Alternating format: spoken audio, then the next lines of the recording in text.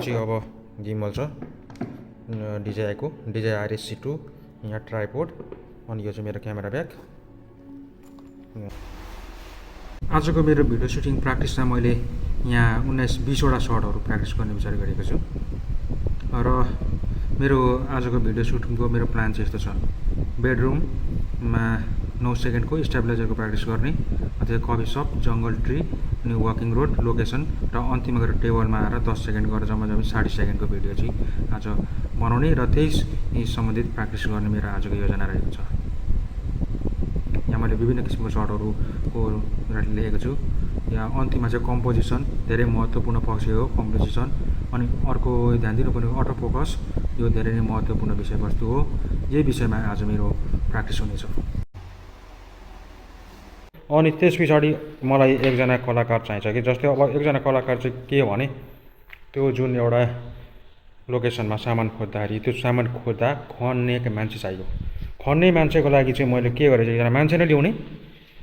त्यो मान्छेलाई मैले अघि फोन गरेर भनेको थिएँ आज भ्याउँछ भ्याउँदैन भन्दै थियो। त्यहाँ जान्छु, भ्यायो भने त्यसलाई गर्छु, अनि त्यसले भ्याएन भने चाहिँ मैले आफै गर्ने, मैले आफै त्यसको त्यो रोल पनि आफै खेल्ने। आफै खेल्नको लागि के गर्ने, यो कलर एउटै भयो भने त हुँदैन, यो अर्को कलर, यो पेन्ट लाउने, त्यसको लागि यो पेन्ट लगाउने।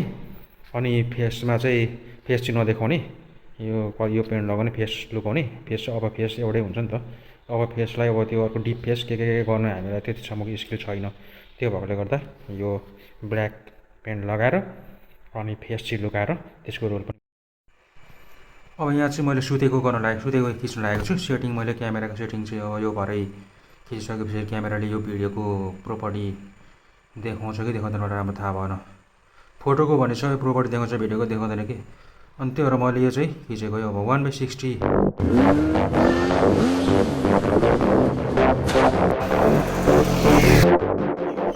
यताबाट यो। अब यहाँ चाहिँ यहाँ हाम्रो पुरानो घर, यहीँ वरिपरि रहेको अब जङ्गलहरूमा चाहिँ एक दुईवटा जङ्गलको सुटिङ गर्ने। अनि त्यस पछाडि अर्को लोकेसनको छ, त्यो पनि आज यहीँ गर्नुपर्नेछ त्यो सुटिङ पनि। सुटिङको लागि चाहिँ दाइलाई भन्नुपर्छ, दाइ गरिदिनुहुन्छ नि होइन? भ्याइँदैन दाइ? एउटा कतारको सुटिङ कस्तो छ भने नि धेरै छ होइन, कतिको त्यही चाहिने त मलाई 4-5 सेकेन्डको मात्रै चाहिएको हो होइन। अब त्यहाँ गर्दा समय त लागिहाल्छ 15-20 मिनट। तपाईँले चाहिँ के गरिदिनु पर्ने भने त्यहाँ खनेर बेलचाले यस्तो खनेको जस्तो गर्नुपर्ने अलिकति। अनि त्यो एउटा, अनि त्यस पछाडि लास्टमा चाहिँ यस्तो त्यहाँ सामान केही देखेर मेरो नाम चाहिँ अब बोलाएर भनेर बोलाउनु पर्ने। अनि बोलाएपछि त्यहाँभित्र चाहिँ एउटा केही सामान हुन्छ, अनि त्यो चाहिँ म आउँछु, म आएर अनि तपाईँले निकालेर मलाई दिनुहुन्छ अथवा केही म आफै निकाल्छु होइन, अनि लिएर म जान्छु। त्यति नै हो हाम्रो चाहिँ। खासमा चाहिँ मैले किन चाहिँ गर्नु लागेको भन्दा चाहिँ यो अहिले अलिकति प्र्याक्टिसको लागि हो कि। म अहिले फोटोग्राफी ट्रेनिङ गरिरहेको छु नि त।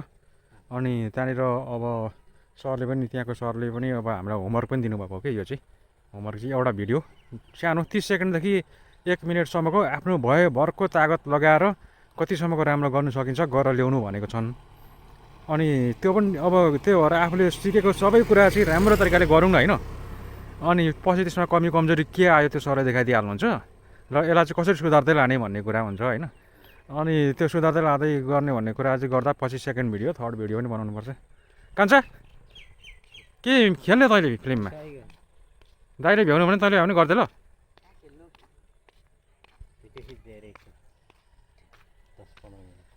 15 मिनट मैले बोलाउँछु नि। बेलचा छ होइन? एउटा बेलचा पनि चाहिन्छ। बेलचा त दाइको छँदैछ नि? बेलचा त छँदैछ। फिल्मको नाम चाहिँ चप्पल र चिया होइन। फिल्मको नाम चाहिँ चप्पल र चिया छ, तर चप्पल सानोदिनो चप्पल होइन, सुनको चप्पल। ठिक छ होइन? ओ विष्णु दाइ को छ हौ? ए केटा म त खोइ प्रतिता पनि आएको छु नि। ए यताभित्र पल्लोपट्टि म त आज फिल्मको सुटिङ पो गर्न आएको हुँ। यहीँ गाउँमा मैले चाहिँ यो फिल्म चाहिँ चप्पल र चिया हो कि फिल्मको नाम चाहिँ। खोइ यता दाइहरूसँग कुरा गरौँ।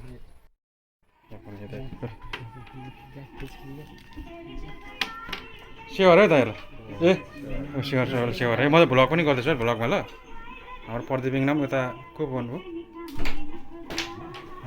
म त चिन्नै राम्रो हाम्रो विष्णु इङनाम बडा त बिरामी हुनुहुन्छ अनि म चाहिँ आज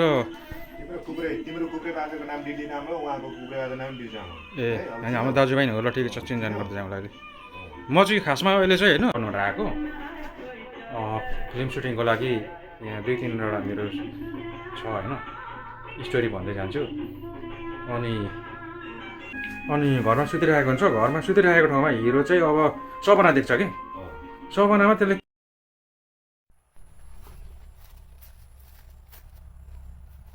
दाइ चाहिँ यस्तो मलाई हेरेर यस्तो गर्नु होइन तपाईँले मेरो दाइ जाऊ भन्नुभएको छ नि त म ब्यागमा आउँदिरहेको र अन्त दुरी त्यहाँ आएको दुरी त्यस्तो मुनितिर हेर्नु होइन अनि चाहिँ यहाँ रहेछ त भन्नु होइन अनि म यस्तो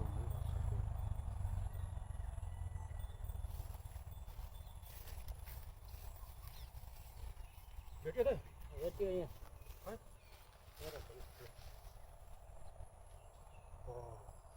सुनको चप्पल अब म यो जङ्गलमा चाहिँ जङ्गलको मेरो सुटिङ अब गर्छु मैले तल लोकेसनको एउटा खिचेर आइसकेँ यसमा अब यो रुखहरू यहाँनिर यति छ यो रुखहरूमा विभिन्न कुराहरू हो फोटोग्राफी भिडियोग्राफीको विभिन्न कुराहरूको प्र्याक्टिस गर्दै मेरो यसमा चाहिँ त्यो रुखलाई देखाएर त्यो रुखलाई देखाउनु पर्ला अनि त्यहाँबाट सानो बाह्र गऱ्यो भने ठाउँ है यो चाहिँ सानो बाह्र गऱ्यो यतापट्टि चाहिँ अब त पर हाम्रो फुपू घर देखिरहेको छ यो घर हाम्रै ओम दाईको हो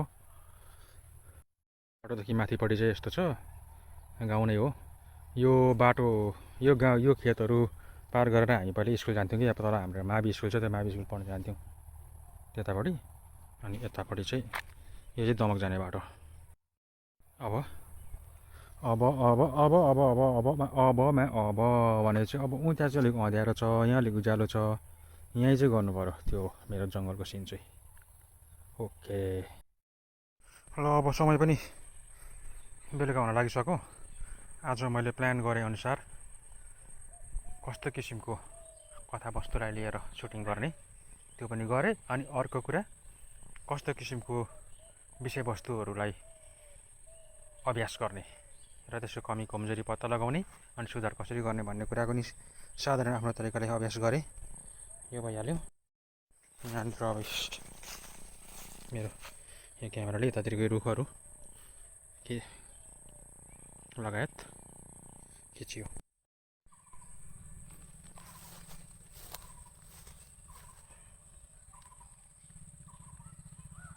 मजाले टोकेर मारो नि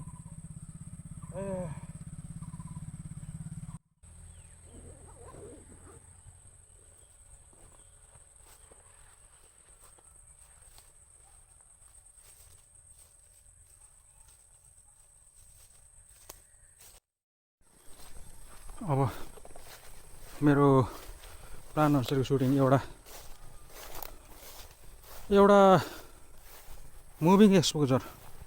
मुभिङ एक्सपोजरको चाहिँ मैले आज सुटिङ गर्नु भ्याइनँ आज दिउँसो खिचेको फुटेजहरूलाई चाहिँ म अहिले एडिट गर्दैछु एडिट गर्नुको लागि म दाभिन्ची रिजल्भ प्रयोग गर्छु अनि अरू सफ्टवेयरहरू त अब खासै सिकेको छैन तर अहिले दाभिन्ची रिजल्भ राम्रै छ यसको कलर ग्रेडिङहरू सबै राम्रो गर्छ अरे भन्ने कुरा सुनेअनुसार मैले यो यसबाट गरिरहेको छु मैले चाहिँ अघि दिउँसोबाट काम गर्दा गर्दै अब अहिले राति भइसकेको छ पराल बाटोमा लाइट बलिरहेको छ यतापट्टि अर्को लाइट अनि म चाहिँ अहिले अँध्यारोमा बसेर एडिट गरिरहेको छु मैले अब एडिट गर्दाखेरि मेन चाहिँ अब यो फुटेजहरूलाई लामो थियो अलिक कट गर्दै यसरी छोटो बनाएँ अनि ठिक्क चाहिने जति राखेर यहाँ बिचमा एउटा ट्रान्जिसन लगाइदिएको छु यो ट्रान्जिसन सपना देखेको ट्रान्जिसन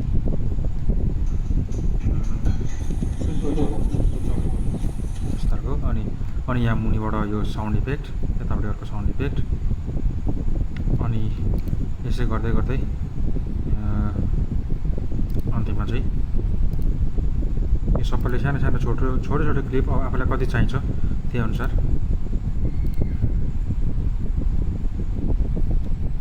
कति चाहिन्छ त्यही अनुसार चाहिँ राख्ने अनि सबभन्दा अन्तिममा अझै चाहिँ यहाँ मैले यो एउटा म्युजिक ट्र्याक हालिदिएको छु। अनि लास्टमा अन्तिममा गएर चाहिँ यसमा मैले एसलक 3 भन्ने एउटा स्पेसल सिनेमेटिक किसिमको एउटा पिक्चर प्रोफाइल हो, त्यो त्यसमा पनि खिचेँ मैले। अनि यसलाई पनि यो एडिट गरेँ मैले। अब चाहिँ युट्युबमा हेरेर सिकेर गरेँ। सरहरूले पनि पछि अब सिकाउनु त हुन्छ होला, तर योचोटि चाहिँ मैले युट्युबमा हेरेर सिकेर गर्दाखेरि यसमा मैले यो बिगिनर लेभलमा निकै राम्रो गरेको जस्तो लाग्छ, एउटा खोजेको जस्तो। तर यस्तो किसिमको खालको यो इफेक्ट बनाउनु लागि, जस्तै मान्छेको अनुहार क्लियर छ, हात पनि क्लियर छ, भेस्ट पनि क्लियर छ, यतापट्टिको चाहिँ अलिकति यो हेजी टाइपको, यस्तो हेजी टाइपको बनाउनु लागि चाहिँ प्रिमियम फिचरहरू प्रयोग गर्नुपर्ने छ। तर मैले यो चाहिँ फ्री भर्सनमा पनि मैले एक किसिमले गरेको छु। यो मैले गर्दा गर्दै जानेको हो, निकै इफेक्टिभ लाग्यो। यो चाहिँ मैले अब यो कलर ट्याबमा गएर यहाँ 3वटा नोड हालेँ। 3वटा नोडमा एउटा कलर स्पेस यो त नर्मल्ली भइरहेछ। अनि त्यस पछाडि यो कलर कम्प्रेसर भन्नेमा यस्तो गरेँ मैले। कलर कम्प्रेसरमा चाहिँ यो वाइट कलरलाई स्याचुरेसन र ल्युमिनेन्सलाई हल्का कम्प्रेस गरेँ। अनि त्यसपछि अर्को एउटा ग्यामुथ म्यापिङ भन्ने नोडमा यो म्याक्स इनपुट ल्युमिनेन्समा चाहिँ यसलाई अलिकति बढाएँ। अनि त्यस पछाडि यो अटोमेटिक यस्तो भइहाल्यो क्या। अब यो नगर्ने हो भने, जस्तै यसलाई अफ गरिदियो भने यस्तो हुन्छ क्या। यो चाहिँ भनेको यो सब्जेक्ट पनि देखियो, ब्याकग्राउन्ड पनि धेरै नै देखियो। अब यही ठाउँमा चाहिँ यो यसलाई अन गऱ्यो भने यो अब यस्तो भयो चाहिँ, यो चाहिँ यसो ब्याकग्राउन्ड अलिकति देखिएन। अनि मान्छे सब्जेक्ट चाहिँ बाहिर देखियो होइन, सब्जेक्टमा अलिक फोकस भयो। अनि त्यस्तै गरी अब यसले पनि अलिक असर गरेको छ। जस्तै यो चाहिँ कलर कम्प्रेसर, जस्तै यो कलर कम्प्रेसरलाई अफ गरिदियो भने यस्तो हुन्छ क्या। यस्तो पुरै यो चाहिँ यस्तो क्लियर भएर आउँछ, मान्छे पनि क्लियर, ब्याकग्राउन्ड पनि क्लियर, एकछिन लागि राम्रो। यो चाहिँ अब यस्तो वेडिङहरू, ब्याकग्राउन्ड बर्थडे भिडियोहरू अनि डकुमेन्ट्रीहरूको लागि चाहिँ यो ठिकै हुन्छ। तर सिनेमेटिकको लागि चाहिँ फिल्मको लागि चाहिँ हुँदैन क्या। अनि त्यो यसलाई चाहिँ अन गरिदियो भने यस्तो आइहाल्छ होइन, यस्तो ट्र्याकको। अनि अब यो कलर स्पेस भन्छ, यो चाहिँ अब यसलाई अफ गरेर भन्दा सबै सकिहाल्छ। यसलाई अफ गरिदिँदा यस्तो हुन्छ, बर्बादै हुन्छ। यसलाई चाहिँ अफ गर्नु हुँदैन, यो चाहिँ मेन हो। यसलाई चाहिँ अन गऱ्यो, लास्टमा यस्तो फुटेज भएको छ।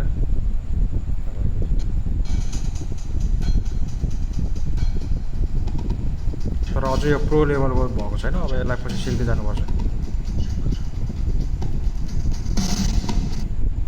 र अन्तिममा चाहिँ मैले अब यो फुटेजलाई म सबै प्ले गर्छु सुरुबाट अन्तिमसम्म।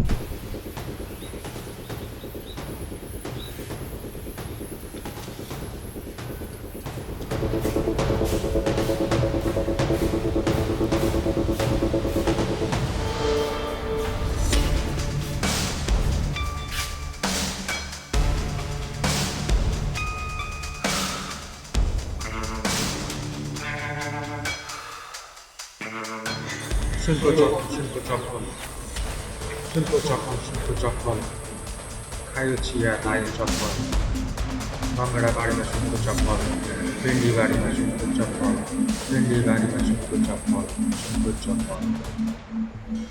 छिटो चार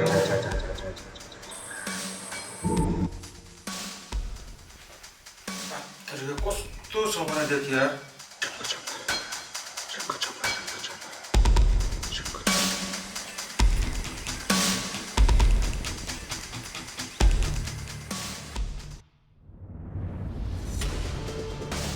ल दाजु भाउजूहरू, यहाँ चाहिँ आज एउटा हाम्रो सामान खोज्नुपर्ने मान्छेले सपनामा देखेको छ कि यहाँनिर सुनको चप्पल पुरेर राखेको छ अरे।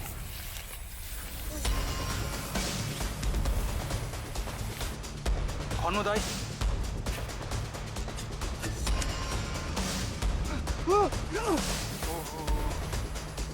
होइन सपनामा देखेको साँच्चै हुन्छ कि क्या हो? सुनको चप्पल, यो साँच्चीकै सुनको चप्पल रहेछ भने यसले हाम्रो सपना साकार पार्नेछ।